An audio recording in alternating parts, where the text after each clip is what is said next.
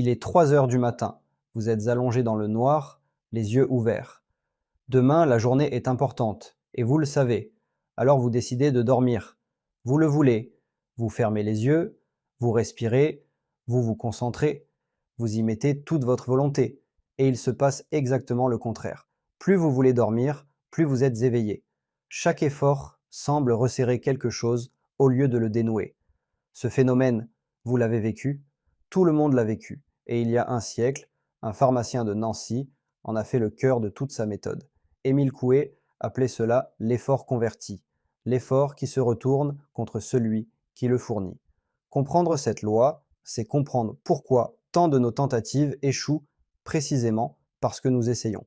Et c'est ce que nous allons faire, exemple par exemple, dans cette vidéo. Si vous découvrez cette chaîne, un rappel en une phrase. Dans la vidéo précédente, nous avons vu la loi fondamentale de Coué. Lorsque la volonté et l'imagination sont en lutte, c'est toujours l'imagination qui l'emporte. Sans exception, disait-il. Aujourd'hui, nous entrons dans la conséquence la plus troublante de cette loi, car si l'imagination gagne toujours le combat, alors chaque effort de volonté supplémentaire ne fait qu'une chose, il rend la défaite plus lourde. Coué le formulait ainsi: quand on lutte contre son imagination, non seulement on ne l'emporte pas, mais l'imagination se renforce en proportion de l'effort fourni. Plus on pousse, plus elle pousse en retour. Un de ses disciples, le psychologue Charles Baudouin, donnera plus tard un nom à ce mécanisme, la loi de l'effort converti. Le mot est précis. L'effort n'est pas perdu, il est converti, il change de camp. Toute l'énergie que vous mettez à vouloir se transforme en énergie au service de ce que vous imaginez. Reprenons l'insomnie, car c'est l'exemple le plus pur. Que se passe-t-il réellement à 3 heures du matin? Vous voulez dormir? Voilà la volonté. Mais au moment même où vous formulez ce vouloir, une image est déjà là, tapis derrière.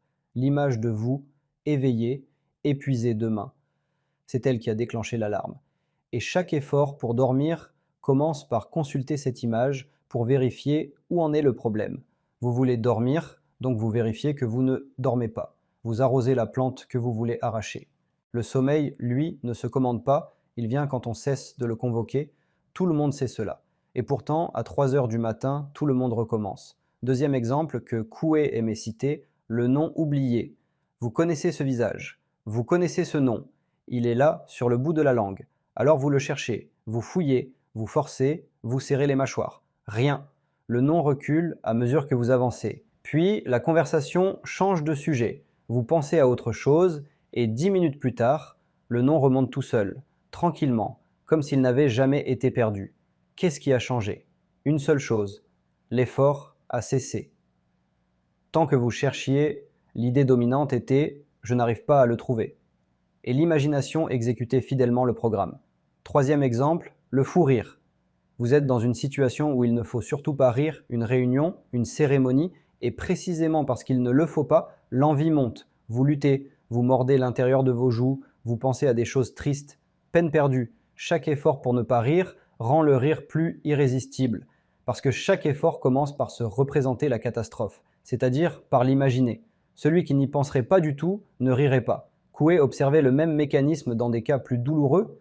Le bègue qui veut ne pas bégayer et qui aborde chaque phrase avec l'image de l'accro à venir, l'accro vient. Le cycliste débutant qui voit l'unique pierre sur un chemin large, qui veut l'éviter de toutes ses forces, qui ne regarde plus qu'elle et qui fonce dessus.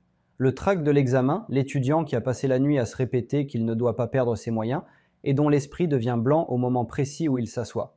Dans tous ces cas, remarquez la même structure. La volonté dit « il ne faut pas ».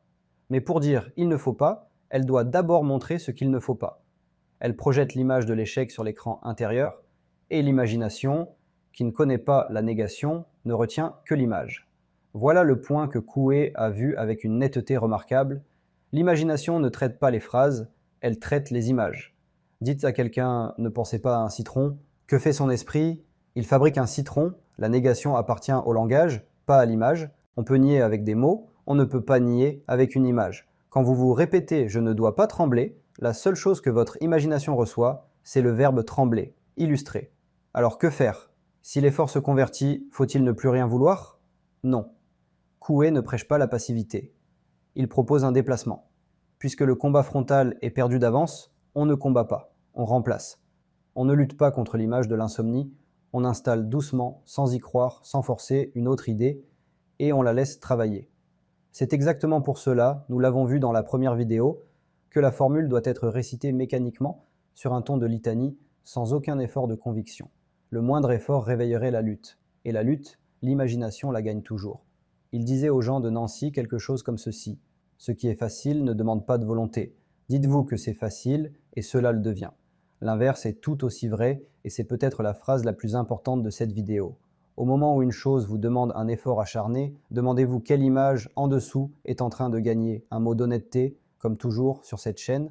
Coué écrivait il y a un siècle avec les mots et les certitudes de son époque, et son petit livre n'est pas un manuel scientifique au sens moderne.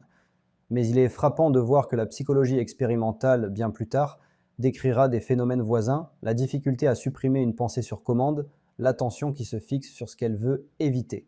Essayez, pendant 30 secondes, de ne pas penser à un ours blanc. Le pharmacien de Nancy n'avait ni laboratoire, ni statistique. Il avait un comptoir, des milliers de visiteurs et un œil. Avant de terminer, l'exercice de ce soir. Il est simple et il découle de tout ce que nous venons de voir. Ce soir, au moment du coucher, ne vous donnez aucun objectif. N'essayez pas de dormir. N'essayez même pas de vous détendre, car essayer de se détendre est encore un effort. Faites une seule chose. Récitez la formule à voix basse, une vingtaine de fois, machinalement. Chaque jour, à tout point de vue, je vais de mieux en mieux. Si le sommeil vient pendant la litanie, laissez-le venir. C'est exactement ce qui doit se passer. Vous ne commandez pas, vous semez, et vous vous retirez. Et dans la journée, un petit entraînement d'observation. Chaque fois que vous vous surprenez à forcer, dans une conversation, devant un dossier, face à un souvenir qui ne revient pas, arrêtez-vous une seconde et souriez intérieurement. Voilà l'effort converti en train de travailler contre vous. Le simple fait de le reconnaître change déjà la position. On ne pousse plus la porte marquée « Tirer ». Dans la prochaine vidéo consacrée à Coué, nous verrons la démonstration qu'il faisait faire, debout, à des salles entières. L'expérience des mains jointes. 2 minutes, aucun matériel, et vous sentirez physiquement, dans vos propres doigts, l'imagination l'emporter sur la volonté. Vous pourrez la faire en même temps que la vidéo. D'ici là, si cette relecture des textes vous parle, abonnez-vous. Cette chaîne relie les textes, pas les légendes.